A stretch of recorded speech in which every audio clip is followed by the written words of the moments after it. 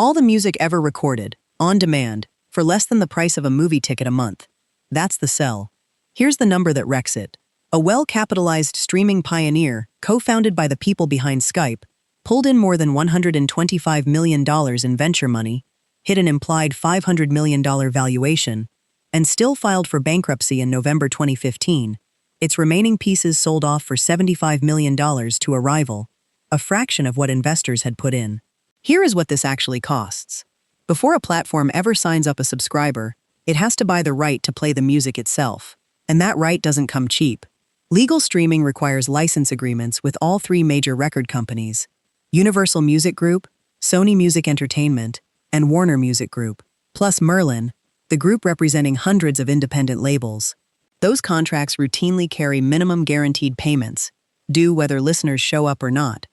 Spotify's own regulatory disclosures put estimated future minimum guarantee commitments at €1.7 billion at the close of 2017, a number that ballooned to €3.6 billion by the close of 2020. One leaked early-era label deal shows guaranteed payments of $42.5 million across just the first 3 years, none of it recoupable, meaning the label pocketed that money regardless of what streaming ever produced, on top of a guaranteed minimum per stream rate on free-tier plays set at 0.00225 back then. Beyond the guarantees, the three majors also carved out combined equity stakes of roughly 18% in the platform itself, worth hundreds of millions of dollars, turning suppliers into shareholders before a single stream had generated a cent. There's a second, entirely separate licensing track covering the underlying compositions, the melody and lyrics, which belong to songwriters and publishers rather than the labels that own the actual recordings. That track flows through its own collection machinery, historically the Harry Fox Agency, and today the Mechanical Licensing Collective, and mishandling it doesn't just cost money, it opens the door to legal exposure, which matters a lot later in this breakdown. Layer on engineering spend to build streaming infrastructure capable of handling hundreds of millions of concurrent users, mechanical licensing systems tracking songwriter payments across dozens of currencies, and content delivery build-out spanning more than 180 countries, and total entry cost for a platform with genuine global reach lands in the billions before profitability is even on the table, well before the company has proven a single element of its business model actually works at scale. Now the money leaving the business every quarter. Growth or no growth. Royalties dominate everything. Roughly 70% of total revenue flows out to rights holders, split between recording royalties for labels and artists, and publishing royalties for songwriters, calculated through a pro-rata pool tied to each rights holder's share of total streams in a given market. Payment processing comes next, and it costs more than most assume. Subscriptions bought through the Apple App Store or Google Play historically carry a 30% commission, which is exactly why streaming platforms now steer new subscribers towards signing up on the open web instead of inside the app itself, redirecting the sign-up flow away from the channel that quietly takes the biggest cut. Streaming delivery, the actual bandwidth and servers needed to push billions of songs a day across every time zone at once, sits inside cost of revenue right alongside royalties and payment fees, and together, those costs run so heavy that even a platform pulling in billions reported a gross margin of just 33.0% in the first quarter of 2026, meaning 67 cents of every revenue dollar was gone before operating expenses even entered the picture. Then come the operating expenses themselves: R&D to keep building the product, sales and marketing to keep winning subscribers in a field with several deep-pocketed rivals, and general administration to run a public company across dozens of regulatory jurisdictions at once. That same quarter, gross profit near €1.49 billion, minus operating income of €715 million, left roughly €775 million, spent simply running the company, about 17% of total revenue, funding a global workforce spread across dozens of offices. Now for the revenue side, built on real numbers instead of a slide deck. In the first quarter of 2026, premium subscription revenue hit €4.148 billion, against 293 million premium subscribers, an average revenue per user of roughly 14.116 per subscriber for the quarter, or about €4.72 monthly. Total revenue for the quarter reached €4.53 billion. Subtract cost of revenue and operating expenses, and operating income landed at a record €715 million, a 15.8% operating margin. Impressive, until you remember the company was founded in 2006, went public in 2018, and didn't post a fully profitable year until 2024. For most of its life, this exact business, streaming music at global scale, produced growing revenue and growing losses in the same breath. The margin exists today. It didn't exist for more than a decade. But margins built during calm capital markets don't hold up in every environment. The one variable that has already gutted this business once is the cost of capital itself. Through 2020 and 2021, interest rates sat close to zero, and streaming companies borrowed and hired on the assumption that cheap money would keep flowing indefinitely. When rates climbed through 2022 and 2023, that assumption broke apart. In the CEO's own words to staff, economic growth has slowed dramatically, and capital has become more expensive. The company cut 6% of its workforce in January 2023, another 2% in June, then 17%, roughly 1,500 employees, in a single December 2023 announcement, the largest of 3 separate rounds inside one calendar year.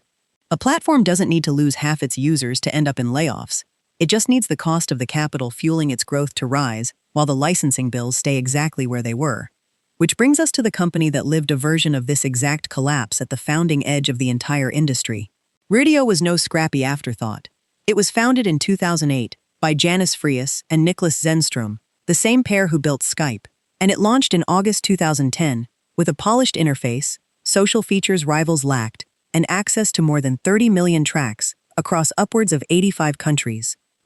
Radio raised over $125 million in total funding from investors including Atomico and Mangrove Capital Partners, and a later promotional deal with Cumulus Media, in which the broadcaster committed $75 million in ad spend over 5 years for a 15% equity stake, implied a company valuation near $500 million.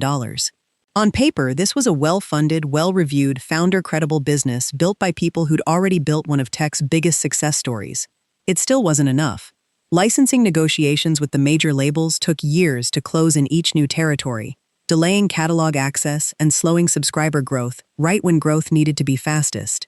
By the time public reports surfaced, Rodeo was losing roughly $2 million a month, a burn rate that even $125 million in prior funding couldn't outrun once fresh capital got harder to raise.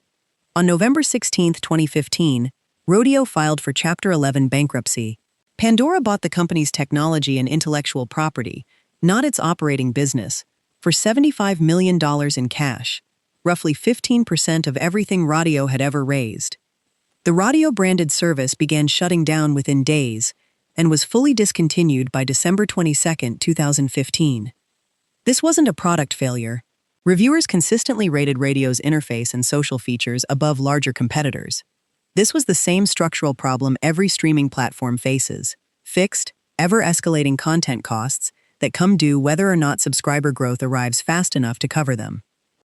There's a cost that never appears on a clean revenue statement, and it can quietly turn a fully legal transaction into a liability years down the line: mechanical royalty licensing gaps.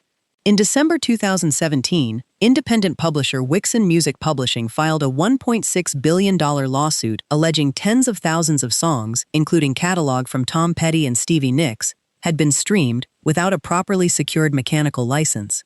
That case followed a separate 2017 class action, already settled for $43 million, over similar unpaid mechanical royalties, plus an earlier 2016 settlement, north of $20 million, with a different group of publishers.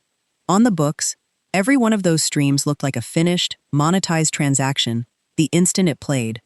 In reality, imperfect metadata matching between a recording and its correct publisher turned an ordinary stream into a contingent legal liability, one that took until December 2018 to resolve through an undisclosed settlement, a full year of litigation exposure stacked on top of a business already running thin. There's another cost growing faster than nearly every other line item on this business's books, and it isn't bandwidth. That cost is the minimum guarantee structure itself, and it escalates in a way ordinary expenses simply don't.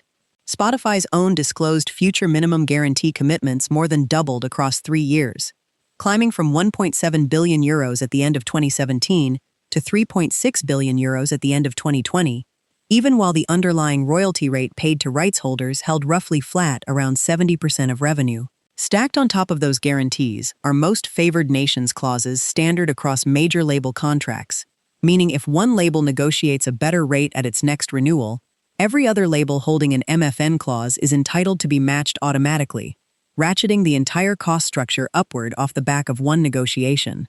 Because sound recordings from just the three majors accounted for roughly 72% of all record label streams in 2025, a single failed renegotiation, or a single major label declining to renew, isn't a manageable line item adjustment. It's an event capable of ending the platform's catalog access in one contract cycle. Scale shifts what gets easier here and what gets harder, and the two don't move in tandem. What gets easier? Negotiating leverage grows alongside subscriber count. Bundling audiobooks and music into one subscription lifts average revenue per user, and advertising inventory scales with free-tier listener volume. What gets harder? Every price increase now carries real churn risk, and that isn't theoretical. After the company's third U.S. price hike in 4 years, its own first quarter 2026 earnings call flagged slightly softer subscriber dynamics, specifically in North America. Diversifying into podcasts and audiobooks doesn't simplify the cost structure either. It multiplies it, since every content category runs its own separate licensing stack with its own guarantees, its own renewal timeline, and its own litigation exposure.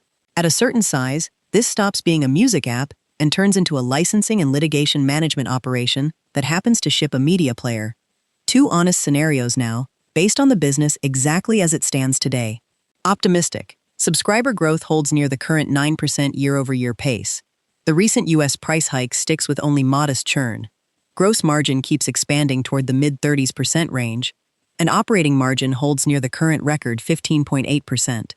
On roughly 4.5 billion euros in quarterly revenue, that projects annualized operating income approaching 2.8 to 3 billion euros, a genuinely strong result for a company that spent most of its history losing money. Realistic. One major label leverages an upcoming renewal cycle to push its minimum guarantee up by double digits, citing catalog value and MFN precedent from a rival's deal.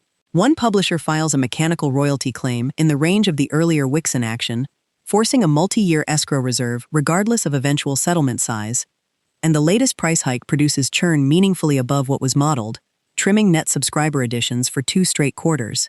Recalculate, an operating margin doesn't just soften, it compresses back toward the low single-digit range this business lived in through most of the 2010s and early 2020s, even as total revenue kept climbing the whole time.